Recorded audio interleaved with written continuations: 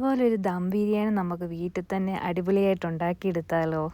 Salmon ഫിഷാണ് ഞാനിവിടെ fish ബിരിയാണിക്ക് വേണ്ടി എടുത്തിരിക്കുന്നത്. പെട്ടെന്ന് ഉടഞ്ഞു പോകാത്ത ഏത് ഫിഷും നമുക്ക് ഉപയോഗിക്കാം. ഫിഷ് മാരിനേറ്റ് ചെയ്യാൻ വേണ്ടി ഞാനിവിടെ ഓരോ ടീസ്പൂൺ കുരുമുളക് പൊടിയും മുളക് പൊടിയും എടുത്തിട്ടുണ്ട്. അതോടൊപ്പം തന്നെ മഞ്ഞൾപ്പൊടിയും ആവശ്യത്തിന് ഉപ്പും പിന്നെ കുറച്ച് ജിഞ്ചർ ഗാർലിക് പേസ്റ്റ്. ഇതിൻ്റെയൊക്കെ അളവ് നമ്മുടെ ആവശ്യത്തിനനുസരിച്ച് കൂട്ടുകയും കുറയ്ക്കുകയൊക്കെ ചെയ്യാം.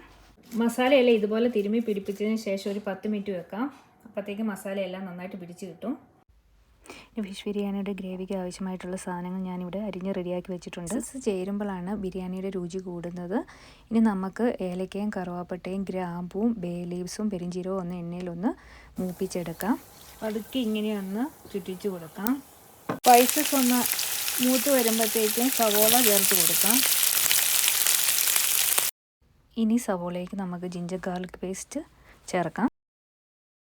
സവോളയും ജിഞ്ചർ ഗാർലിക് പേസ്റ്റ് ഒന്ന് വരണ്ട് വരുമ്പോൾ അതിലേക്ക് അരിഞ്ഞു വെച്ചിട്ടുള്ള തക്കാളിയും കൂടെ ചേർത്ത് എണ്ണയിലൊന്ന് വഴറ്റിയെടുത്തിട്ട് മസാലയും കൂടെ ചേർത്ത് ഓരോ ടീസ്പൂൺ ഗരം മസാലയും മുളക് പൊടിയും 2 ടീസ്പൂൺ മല്ലിപ്പൊടിയും ആവശ്യത്തിന് ഉപ്പും കൂടെ ചേർത്ത് സവോളയിലും തക്കാളിയിലും ഒന്ന് പിടിക്കുന്നവരെ നന്നായിട്ട് ഇളക്കിയതിന് ശേഷം അതിലേക്ക് 1 കപ്പ് യോഗട്ടും കൂടെ ചേർത്ത് ഒന്നുകൂടി ഒന്ന് ഗ്രേവി തിക്കാവുന്നവരെ ഇളക്കുക. അപ്പോഴത്തേക്കും നമ്മുടെ ഗ്രേവി റെഡി.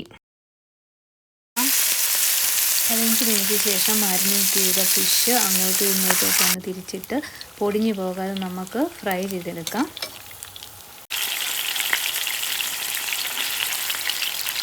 ഫിഷ് റെഡി ആയിട്ടുണ്ട്. നമുക്കിനി ഇത് വറുത്ത് വാരാം.